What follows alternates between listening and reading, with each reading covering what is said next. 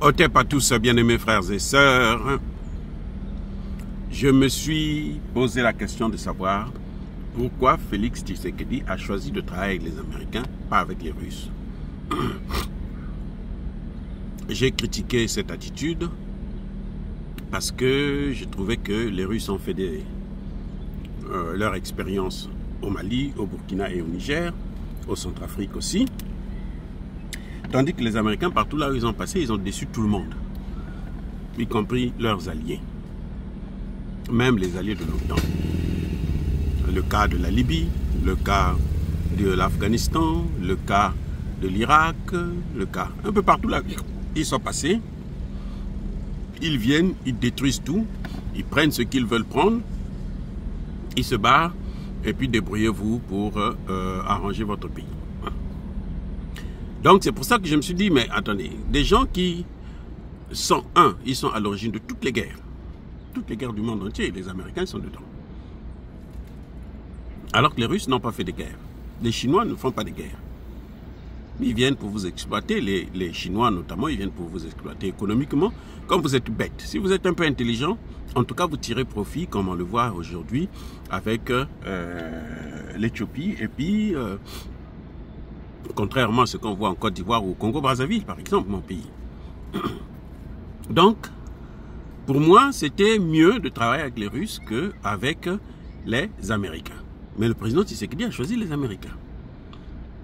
Je disais, si ça peut nous apporter la paix, tant mieux. Vous voyez? Mais entre-temps, j'ai essayé de creuser un peu plus longuement pour savoir, pour comprendre un peu qu'est-ce qui tourne pas bien dans la tête de Tshisekedi. Mais je me rends compte que peut-être qu'il a raison, qu'il n'avait pas le choix. Parce que cette guerre dans l'Est, c'est une guerre des Américains. Ce sont les Américains qui avaient décidé qu'il faut balkaniser le Congo. Le Congo est trop grand, il faut le couper en mini-morceaux. Et puis, une partie que le Rwanda va prendre avec les matières premières. Et nous, on va passer derrière le Rwanda pour prendre cette partie, ces matières premières qui sont sur cette partie-là. Donc, c'est une guerre 100% américaine. Et quand là où il y a les Américains, les Européens suivent toujours. Donc c'est l'OTAN qui fait cette guerre, qui veut balkaniser le pays. Maintenant, que fait Tshisekedi? En fait, la stratégie de Tshisekedi, c'est, bon, je veux attaquer le mal à la racine. Je veux à la source même, pour puiser mon eau, au lieu de passer par des intermédiaires. Je vais présenter aux Américains, je dis, bon, écoutez, vous qui faites la guerre là, vous qui massacrez des Congolais, c'est pas la peine de les massacrer. Venez chez moi, je vous donne le même contrat que vous donnez à Paul Kagame. Mais entre-temps, en échange, vous me laissez mon peuple tranquille. Vous venez prendre des matières premières et vous me laissez mon peuple tranquille. Voilà exactement comment on peut résumer le programme de Félix Tshisekedi. Monsieur les Américains, Monsieur les Européens, parce que la proposition qu'il a faite aux Américains, il avait fait cette proposition aussi aux Européens. Venez prendre les matières premières, les mêmes matières premières chez moi. Venez prendre le même contrat, si vous voulez, les mêmes terres. Ce sont mes matières premières, ce n'est pas pour le Rwanda. Donc moi, je vous les donne.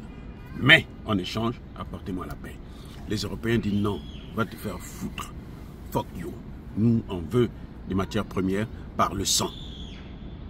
Et les Américains, Donald Trump arrive, contrairement à Joe Biden, lui dit non, moi je veux ça. Donc les Américains, en fait, ils n'arrangent rien. Hein? Ils n'arrangent rien. Ce que les Américains font là, c'est obtenir ce qu'ils ont toujours obtenu sur le sang des Congolais. Maintenant, ils vont l'obtenir avec moins de sang peut-être, ou pas du tout du sang. Voilà les enjeux. Maintenant, est-ce que Tshisekedi avait le choix? Ça, c'est la vraie question. Des gens diront qu'il n'avait pas le choix.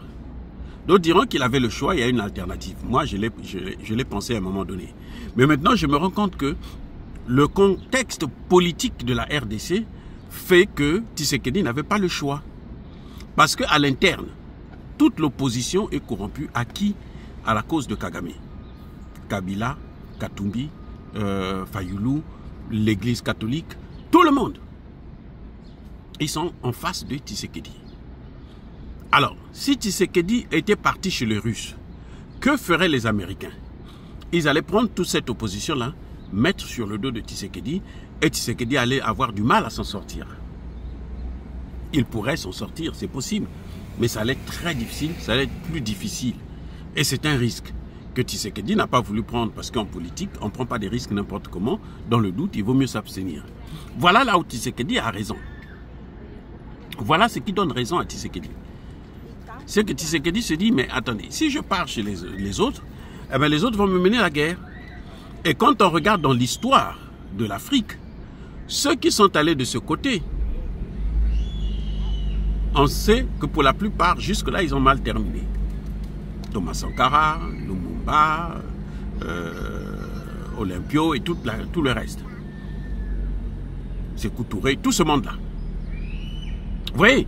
Donc Tshisekedi se dit, je ne veux pas rentrer dans ce jeu.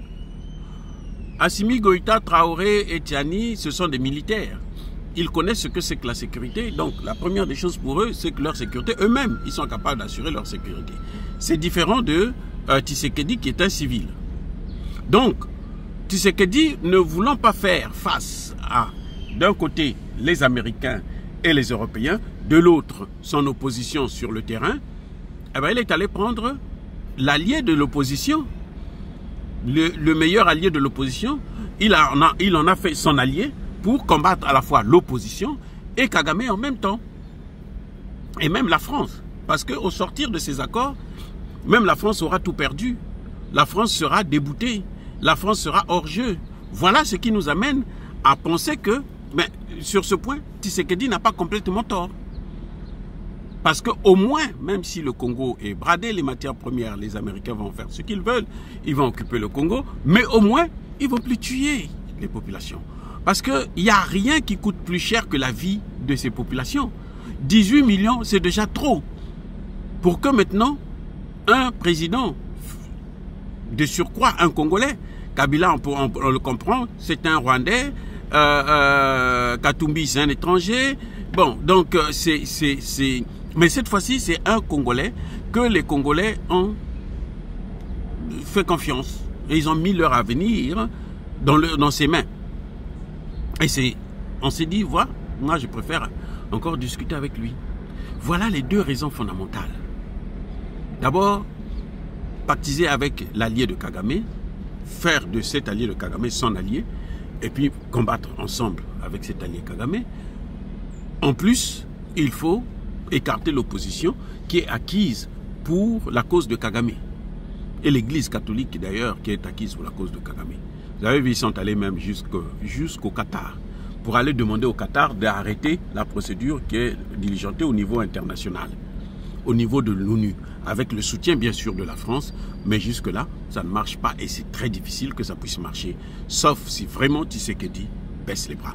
Les amis, encore une fois de plus, soyez bénis abondamment et que Dieu Tout-Puissant puisse vous garder, mais que tous les ennemis de l'Afrique puissent être détruits, ravagés par ce Dieu des Kémites et par nos ancêtres angélisés. Vive l'Afrique éternelle, j'ai dit et j'assume.